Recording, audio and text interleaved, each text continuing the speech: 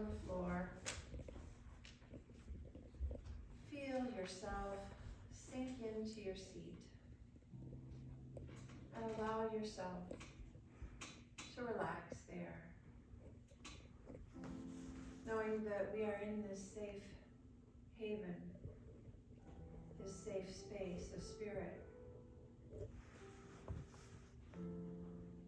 knowing that all is well.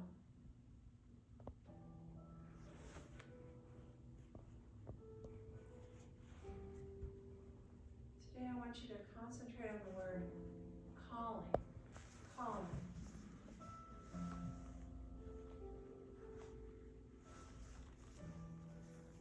What does that word mean to you?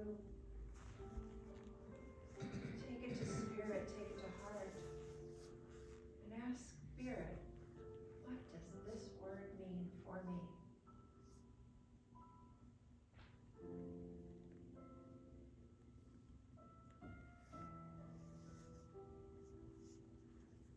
Is this a word I look at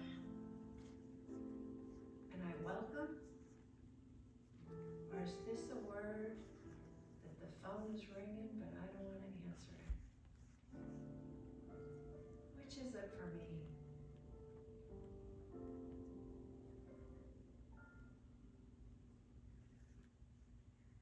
So as you relax,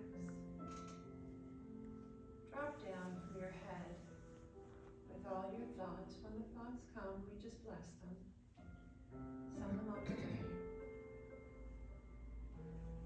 And we take a deep breath. And we drop into our heart space.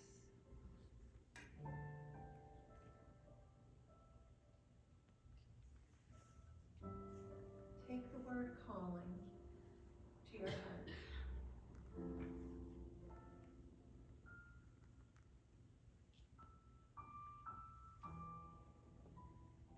And open up to the word calling.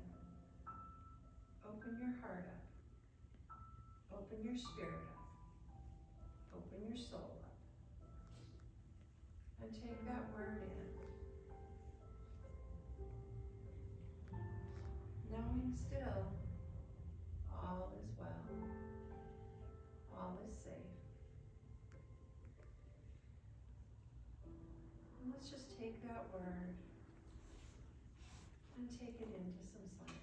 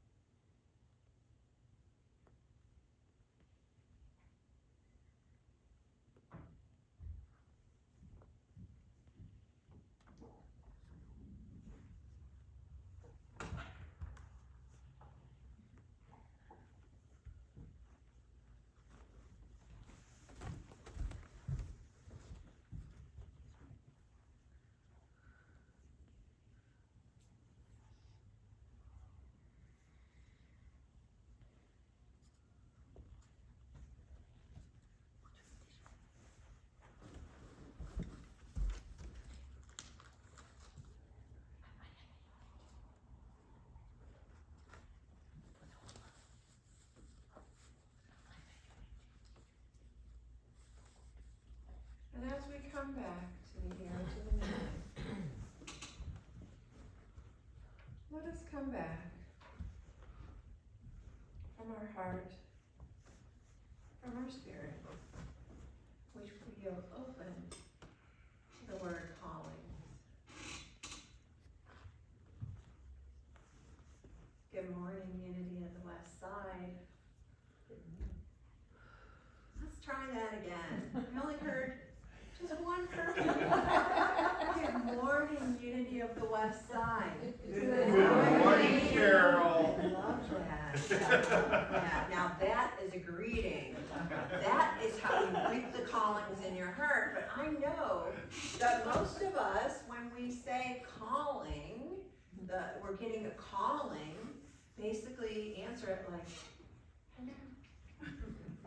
Hello. So, Thank you for that greeting. That's how you greet your callings, folks. I went to Webster's dictionary to find a clear definition of callings. I have one that Tim's gonna love. So the first definition I found was a strong inner impulse towards a particular course of action, especially when accompanied by conviction of divine influence. So you have a conviction of divine influence in your calling. The second is the vocation or profession in which one customarily engages. It's your calling. The third one, the characteristic cry from a female cat in heat. Who knew that was a calling? But it made me laugh, and I put it in here just for Tim. Mine are all males though. Okay, well, Neutered males at this the point. females will be calling, I'm sure you heard, I didn't really realize that was one of the words for calling. I didn't know that either. I say callings plural, many callings plural, because I've been lucky enough to have two large and very distinctive and significant callings in my life so far. Now, I'm still young enough to get a third calling, I just want you to know. Universe. My first calling happened when I was very young. My mom was a special ed teacher, and whenever she needed some extra help with her class, I was asked to help out. The truth is that I fell in love with the other children with disabilities working in her class. I saw them in their imperfect perfection, and I saw all the things that they could do, not their disability. The calling for this work came from God, and I know this because while others complained about their work, I have loved my work all my life. Even when the pay was not so great, I loved the people I worked with and helping them learn so that their independence could be greater. For 40 plus years, I've dedicated my life to working with children and adults with intellectual and behavioral challenges. This work crossed my path so naturally that the people I worked with and the work we did together was my first ministry. I started my own company in 1999 to provide a day support service for adults with challenges, because I believe that all people have the right to live, work, and play in their community. Options for Life was a community-based program before it was acceptable, and the people that we work with have volunteer and paid jobs. Most of the adults we work with communicate with their behavior. Do any of you communicate with your behavior? All we need to do is understand what they're trying to tell us, and once we do, that maladaptive behavior can shift into something more acceptable to others in the community. My second calling was here with Unity of the West Side in ministerial studies in Unity. You know, we are a small church of about 30 members, but I have been taking classes through Unity Worldwide Ministries to become a licensed Unity teacher when I first started out here. When our minister left as president of the board and trustees, all the jobs within the church became the board's work. And by the way, the president became the new spiritual leader. Nobody told me that before it happened. I have a spiritual mentor who is steeped in unity, who helped me find my way and do the work that was mine to do. I found my way to Unity Urban Ministerial School to continue my studies and pursue the path to become a minister, an ordained Unity minister. I achieved this in 2022. And I know this is the right path for me because I love it. I love learning all the new truths, new thoughts, and new spiritual lessons. If you've ever been in a class with me, you know that I get more out of the class than any of the students do, and I just enjoy it. Concepts that were once foreign and unbelievable have become a part of me. Spiritual practices have become a significant part of my world. The word minister is a verb to me. It's what I do in my daily life. It's my work to do, which I believe appears to me from God. It's not just at Options for Life or at Unity of the West Side. It is my way of living life. I'm aware of my surroundings. I'm conscious of those around me. I have elderly neighbors, and as I get more elderly, we help each other. Or I look for someone behind me walking through a door. Sometimes someone will appear out of thin air and just need a little help. I try to live as if everyone before me is Jesus or an angel of God. H. Emily Cady is a Unity founding writer. One of my favorite quotes is, "Desire is God tapping at the door of your mind, trying to give you a greater good." Desire is God tapping at the door of your mind and trying to give you a greater good. H. Emily Cady lived from July 12, 1848 to January 3rd, 1941. She was in her 90s when she left us. And she was first a school teacher, because that's what educated ladies did in those days. They were school teachers. And women had much different roles. So she left that for a calling. She wanted to become a physician, and she became an American homeopathic physician. What bravery she showed for leaving teaching, which was acceptable, into something that changed the world. Women like H. Emily Cady stepped into those things and changed the world for all of us women. And she was an author of New Thought Spiritual Writings. Her 1896 book, Lessons in Truth, a course of 12 lessons in practical Christianity, is now considered one of the core texts in the Unity teachings. If you have not read it, I invite you to do so. So I've taken 5 different classes on Lessons in Truth. The first time my highlighter was yellow, and I went through and I highlighted things in yellow. The second time it was blue, and I highlighted things in blue. Third time it was pink. Fourth time it was purple. 5th time it was orange. By now you have this, my copy of Lessons in Truth is a rainbow. You just open it up and it's a whole rainbow there, because everything has jumped out at me at this point. But I can't wait to do that class again, because I learn something new every time. The Apostle Paul had an illness that was a catalyst for great change. He wrote in Galatians verse 4, lines 13 and 14, "As you know, it was because of an illness that I first preached the gospel to you. And even though my illness was a trial to you, you did not treat me with contempt or scorn.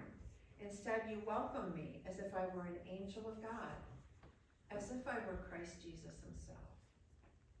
He speaks to us of the tenderness he was shown during a time of illness. He was not treated as a burden, but as a welcome guest. Because of this treatment, he was able to share the gospel with many, and a church was born. The truth is, we have insufficient evidence to make an accurate diagnosis of what was wrong with Paul. But we should not let all the speculation about the nature of his illness distract us from Paul's perspective that even in his illness, there was an opportunity to preach the gospel. That was his calling. It's common to view illness as a hindrance to preaching the gospel, or an excuse not to do what is ours to do, our calling. How many times do you get ready to do something that spiritually you know you need to do it? It's a calling. It's come from a different place. It's come from within. It's come from that divine holy place. And then your body starts to resist. Oh, I have a sore throat today. I have the sniffles today. I can't start it today. Paul realized, as he says in a letter to the Corinthian church, that God's grace is sufficient for us in our weakness. In fact, that God's power is best expressed through our weakness. In the Galatians' reception of Paul, we see a wonderful example of the way to receive a messenger from God. In our day, people want to listen to someone who has a good TV image. If preachers' outward appearance is appealing, then they get a big audience. But if they were ugly and sickly, as tradition tells us Paul was, then most people would switch the channels and find a more attractive image. But the Galatians' reception of Paul was not based on outward appearances. If they had responded to Paul simply on the basis of his physical attractiveness, they would have rejected him with contempt and run for the hills. Instead, they evaluated the messenger on the basis of his message and then welcomed him with open arms, for his message was the redemptive love of God expressed in Christ Jesus. Callings come in many ways and in many ideas, and some of them require us to do things we're not really sure about. When I first knew that ministry and unity was mine to do, I fought it. I resisted it. I came up with every excuse that I could let my little warped mind think about so that I didn't have to do it. You see, this calling is much more challenging than my first one. The pay is much less. The amount of spiritual dedicatedness that is required of me every day is sometimes overwhelming for me. But it's not about me, my personality. It's not about what I have or what I give. It's about putting God first and paying attention when God is calling to me and obeying God when I'm called. When I think I can't do what I've been called to do, I reach to my sweet spirit and I'm uplifted and I'm able to do the work that is mine to do. There are many callings from God. How we treat others is how we minister in our world. This ties to the Unity's fifth principle that asks us to live by our principles. Knowing and understanding the laws of life, also called truth, is not enough. A person must live the truth that he or she knows. Through thoughts and words and actions, we live in the truth that we know. Knowledge of these spiritual principles is not enough. We've got to go out and we've got to live them. I invite you to consider and celebrate all the many ways that you minister every day in your world. And how do you live your truth principles every day? That's what I want you to think about. Thank you for allowing me to speak today.